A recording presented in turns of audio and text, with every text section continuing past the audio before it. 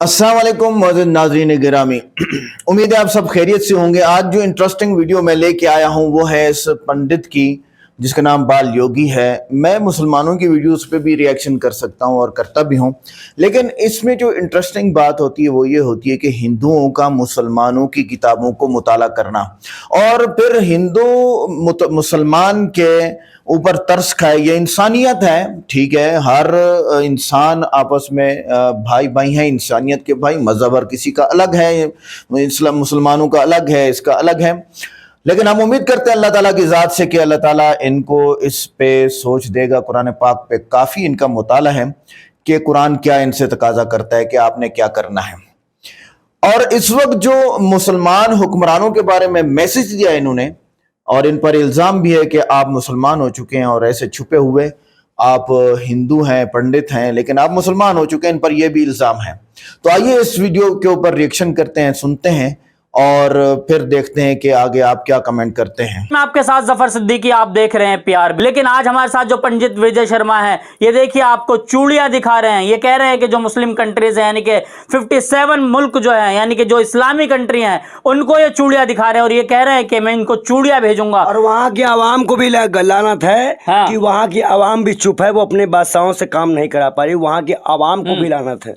जो लोग मस्जिद अक्सा की लड़ाई नहीं लड़ रहे हैं, जो लोग इंसानियत की लड़ाई नहीं लड़ रहे हैं, जिनका दिल नहीं पसीज रहा है, यानी कि जिनका दिल आवाम से भी सवाल किया जाएगा ऊपर जाने पर कि आवाम चुप क्यों थी जब बादशाह खामोश था। तो कि जुल्म के खिलाफ आखिर क्यों नहीं बोल रहे हैं, जुल्म के खिलाफ आवाज क्यों नहीं उठाई जा रही है। ये पंडित विजय शर्मा हमारे साथ मौजूद है तमाम सवालों पर। जो साथ उनकी गैरत जाग जाए, इसीलिए मैं दिखा रहा हूँ बार बार। अच्छा, कि जागो। और इनका सैनिक बजट है 3.8 बिलियन। अच्छा। 48 टैंक है इनके पास, मलेशिया के पास। 147 एयरक्राफ्ट है, 50 मिलिट्री हेलीकॉप्टर है, 26 फाइटर जेट है और 13 अटैक एयरक्राफ्ट है। अच्छा। अगर ये एक एक भी दे दे 4 लाख में 1 लाख सैनिक दे दे, अब समझ जाइए, वो अपना कंट्रोलेशन कर ले। हाँ। UAE 23 billion dollar military budget है। अच्छा। इनकी जीडीपी जो है 353 बिलियन है। 1 लाख सैनिक है, 404 पैलेट टैंक है इनके पास, 80 आर्टिलरीज है, 112 रॉकेट प्रोजेक्ट है इनके पास, 100 से ज्यादा फाइटर प्लेन है, 250 से ज्यादा हेलीकॉप्टर है, 20 अटैकर हैं। आइए तीसरे नंबर, आपके 7वें नंबर पे आते हैं नाइजीरिया। अच्छा। जिनका मिलिट्री बजट 2.1 बिलियन है। इनके पास 3.2 लाख सैनिक है। इनकी जीडीपी 443 बिलियन। इनके पास 335 बैटल टैंक है, 339 आर्टिलरीज है, 49 मिलिट्री रॉकेट लॉन्चर है, 8 फाइटर जेट है, 13 अटैक एयरक्राफ्ट है, 56 मिलिट्री हेलीकॉप्टर है। मतलब पंडित सुनिए। हाँ। सुनते जाइए। रोकिए नहीं। हाँ। इनकी बेशर्मी मैं निकाल दूं पहले। अच्छा। दलाली मत करो। बेशर्मी निकालना इनको दो। अब आता है 6वें नंबर पर। ये आपका, मैंने आपको बताया 9वां, 7वां, 8वां, 7वां आते हैं 6ठे नंबर पे। उल्टी आते हैं हम। अच्छा। हम सीधी नहीं है, उल्टे आएंगे। मिलिट्री बजट है 13 बिलियन। जीडीपी है 180 billion. 2024 battle tank, 356 artilleries, 300 military launches, 100 fighter jet, 15 military helicopter, 8 submarine, 10 fighter जो पानी में चलते हैं। अच्छा। आइए। अब आते हैं टर्की। टर्की का जो बजट है वो 13 बिलियन डॉलर का है मिलिट्री बजट। 3000 से ज्यादा बैटल टैंक है, 400 मल्टी रॉकेट लॉन्चेस है, 1200 से ज्यादा आर्टिलरीज है, 245 फाइटर जेट है, 500 मिलिट्री हेलीकॉप्टर है, 48 से ज्यादा अटैकर एयरक्राफ्ट है। आइए अब बताते हैं आपको 5वें देश के बारे में। बताना क्या चाह रहे हैं पंडित जी? इजिप्ट के बारे में सुनिए। 7 बिलियन डॉलर है मिलिट्री बजट, 9 लाख से ज्यादा सैनिक है, 37 से ज्यादा बैटल टैंक है, 22 से ज्यादा आर्टिलरीज है, 1230 मल्टी रॉकेट लॉन्चेस है, 250 फाइटर जेट है, 49 अटैकर एयरक्राफ्ट है, 400 से ज्यादा मिलिट्री हेलीकॉप्टर है, 13 फाइटर्स जल वाले और 8 सबमरीन। ये आपका पूरा, मैं देखिए, सऊदी अरबिया, इंडोनेशिया, ईरान, ये सब है। अच्छा। मतलब पंडित जी आज पूरा लिस्ट बना के लाए हैं। बिल्कुल। नाज़रीन, मैं यहाँ ये बताता चलूँ कि एक तो इन्होंने ये कंफर्म नहीं किया कि ये ऑन ईयर का जो है वो डेटा है इसी साल का या नहीं है। ये बात इन्होंने कंफर्म नहीं किया है। बुक्स से लिया होगा तो साफ ज़ाहिर पुराना होगा, इंटरनेट से लिया है तो साफ ज़ाहिर वो भी पता नहीं होता। बाज़ दफ़ा वहाँ लिखा होता है कि 2021 का डेटा है या फलां मुल्क शहर का डेटा है। आगे जो एक इंटरेस्टिंग बात की इन्होंने इसके ऊपर, इस भाई ने जो है ना सवाल किया पंडित के ऊपर कि भाई लोग तो आपको मुसलमान कह रहे हैं, आप मुसलमान हो चुके हैं। तो आगे से इन्होंने बड़ा अजीब जवाब दिया कि मेरा खतना चेक करा लो, और बाकी भी कुछ बातें की है इन्होंने, सुनते हैं आगे। मतलब क्या दर्शाना क्या चाह रहे हैं पंडित जी इतने सारे, मतलब ये सब इस्लामिक कंट्री को मतलब ये सब कुछ बता रहे हैं ये चीजें बहुत जरूरी हो चुकी हैं। अगर हम ये चीजों को नहीं बताएंगे तो समझिए बहुत बड़ा गुनाह हो जाएगा मुझसे। आइए आते हैं सऊदी अरबिया पे। इनका 1.8 बिलियन डॉलर का इनका मिलिट्री बजट है। अब आप सोचिए, एक बात सोचिए कि इस सऊदी में आप देखिए, सऊदी जो कि मक्का, जी मैं उसका जिक्र थोड़ा अच्छे से कर दूं, जी जी, जहाँ पे हजरत मोहम्मद साहब का जन्म हुआ, जो इस उम्मत के आखिरी नबी है, अल्लाह के महबूब हैं, जी उसके पास क्या है और वो चुप क्यों बैठा है, इसका जवाब वो दे मुझे।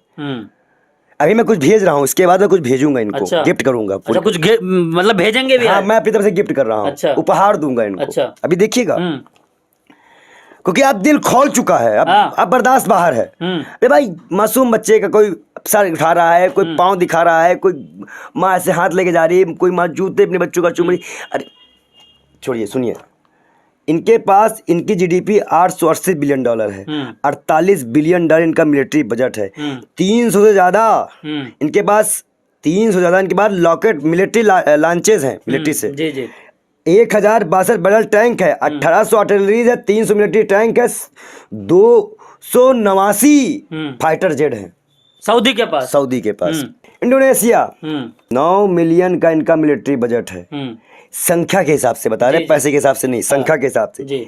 और इनका जो जीडीपी है वो 1 ट्रिलियन डॉलर है।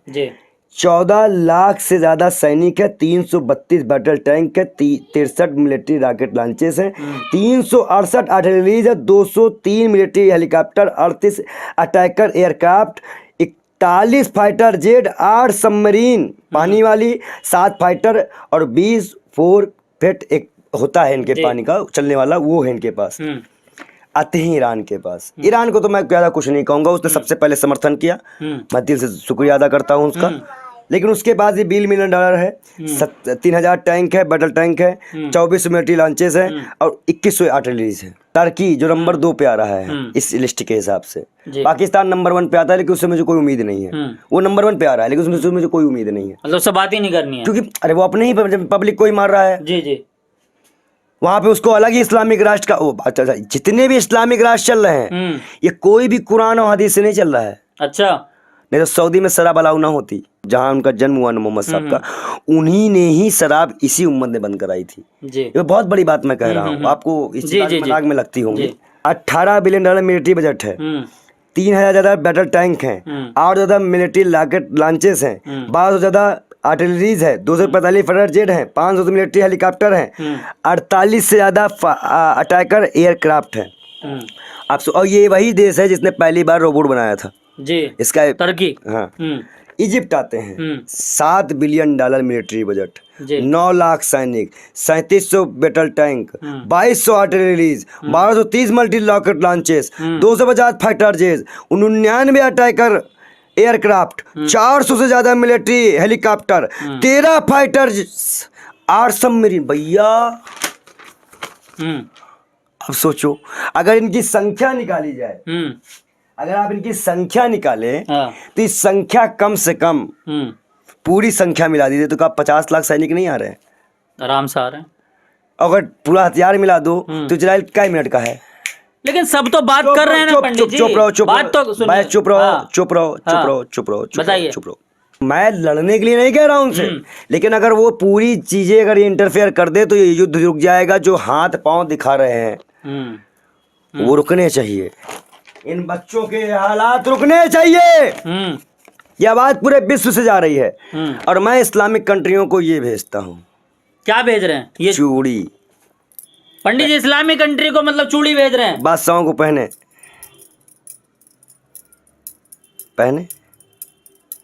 मतलब चूड़ियां भेज रहे हैं आप? पहने पहने। हाँ, इस्लामिक कंट्री के जो बादशाह हैं। अरे भैया ये क्या करोगे? हाँ। ये चीजें जो लेके जाओगे, कहाँ जाके मुंह दिखाओगे?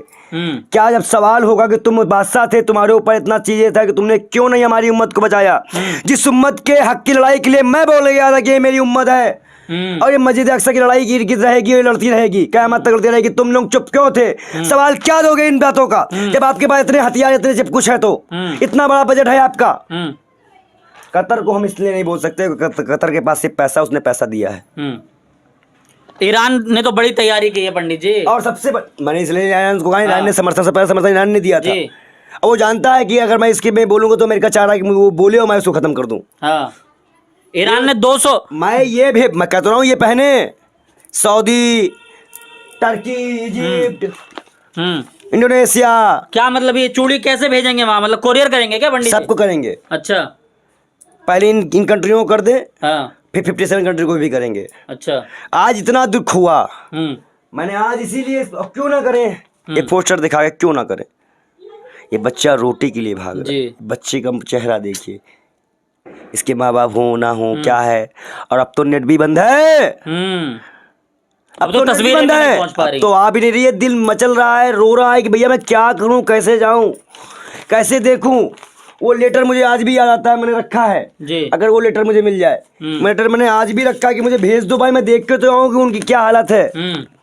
देख लो, अब मैं क्या करूं, मेरे हाथ में कुछ है भी नहीं, सिर्फ तड़प सकता हूँ, रो सकता हूँ, बिलख सकता हूँ, परेशान हो सकता हूँ, और मेरे हाथ में है क्या? पंडित जी आप क्यों तड़प रहे हैं, किस बात का? अरे इंसानियत मर रही है भैया।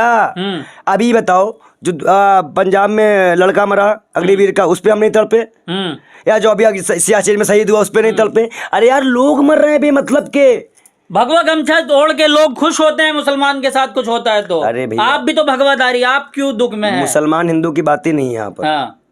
यहाँ मुसलमान हिंदू की बात ही नहीं है। नाज़रीन, आगे मैं आपको बताता चलूं, 2-3 पॉइंट हैं यहाँ पे। एक तो इस हिंदू पंडित ने कहा कि मैं जो है वो चूड़ियाँ भिजवा रहा हूँ तमाम मुस्लिम ममालिक के लिए, इनको कई ट्रक भिजवाने पड़ेंगे। दूसरा, ये बात हकीकत है कि हमारे जो मुसलमान हैं, हमारे मुसलमान हुक्मरान, वो IMF के नीचे दबे हुए हैं। IMF से वाकिफ है सारी दुनिया, क्योंकि उन्होंने कर्जे उठाए, अयाशियाँ मारी, खाया पिया, खूब डकार लिए। उसके बाद हुआ ये कि सूद भी देना पड़ रहा है और कर्जे भी वापस नहीं कर पाते हैं। तो एक ये बात, फिर IMF की पाबंदियां कि आप तरक्की नहीं कर सकते, रोड नहीं बना सकते, पेट्रोल नहीं निकाल सकते, गैस नहीं निकाल सकते, सोना नहीं निकाल सकते, फला नहीं कर सकते। उनका क़यामत तक के लिए ये प्लान है कि हम मुसलमानों को या जिन लोगों को हम कर्जा देंगे उनको हम दबा के रखेंगे। ऐसे मौके पे हमारे मुसलमान हुक्मरान इस वक्त बंधे बैठे हैं कर्जे उठा के कि आप तरक्की नहीं कर सकते। अच्छा, इवन के कई ममालिक ऐसे हैं जिनके पास F-16 है, लेकिन उनका कोड किसके पास है? अमेरिका के पास है। वो अमेरिकन जेट है, फाइटर जेट है, और वो उड़ाने की परमिशन मिलेगी तो आप उड़ा सकते हैं, वरना वो उड़ेगा ही नहीं, आप चला ही नहीं सकते, आप मशक भी नहीं कर सकते उसकी। हैरानी की बात है। तो इतना IMF ने दबाव डाला हुआ। इस वक्त मुसलमान हुक्मरान को एक को, आज की जो खबर आ रही है, एक मुसलमान हुक्मरान को फोन किया गया है कि आप आराम से बैठो वरना एटमी हमला होगा। एटमी हमला सिर्फ उनको इजाजत है, इसराइल और अमेरिका को करने की। लेकिन एक बात ये दोनों याद रखें कि सारी दुनिया को पता चल गया है कि अमेरिका और इसराइल क्या है। अब सारे के सारे उनके कान खड़े हो गए हैं, दिमाग भी हाजिर हो गया है, सारे प्लान करेंगे और खामोशी से करेंगे। ये दूसरा पॉइंट था। तीसरा पॉइंट ये था कि ये बाल योगी जी जो है ना, इनका मैंने पहले भी एक वीडियो पे रिएक्शन किया है, बड़ी वायरल गई है। तो इनके पास वो वीडियो पहुंची और इन्होंने हम मुसलमान मौलवियों को भी कहा, सच है, हम मुसलमान मौलवी भी इस वक्त, मैं तो हैरान हूं कि आज खबर मिली है हजरत मौलाना फजलुर रहमान साहब तशरीफ ले गए हैं, इस वक्त कतर में है मेरे ख्याल से, और वो आगे फ़लस्तीन जाने का जो इरादा रखते हैं। कुछ हिकमत अमली अपनाने के लिए वो निकले हैं इंशाल्लाह, और वो ज़रूर इससे आगाह होके आएंगे और ज़रूर इस पे अच्छा काम करके आएंगे, वरना उलमा तो बैठे हुए हैं। अच्छा, उसकी वजह भी है कि ये काम चला गया हुकूमती लेवल पे। जब आप हुकूमती लेवल पे एक काम ले जाते हैं तो अब अवाम तो फिर वो बंदी बन जाती है। यही तो मसला था हिटलर के दौर में, यहूदियों 60 लाख यहूदियों को कत्ल कर दिया गया। वो हुकूमती लेवल पे था, अवामी लेवल पे तो अवाम ही कुचली जा रही थी। तो जर्मन अवाम बच गई और यहूदी मारे गए। तो ये चीज़ें हैं, आप समझे ज़रा इन चीज़ों को। मिलते हैं नेक्स्ट वीडियो में। वमा अलैना इल्लल बलाग।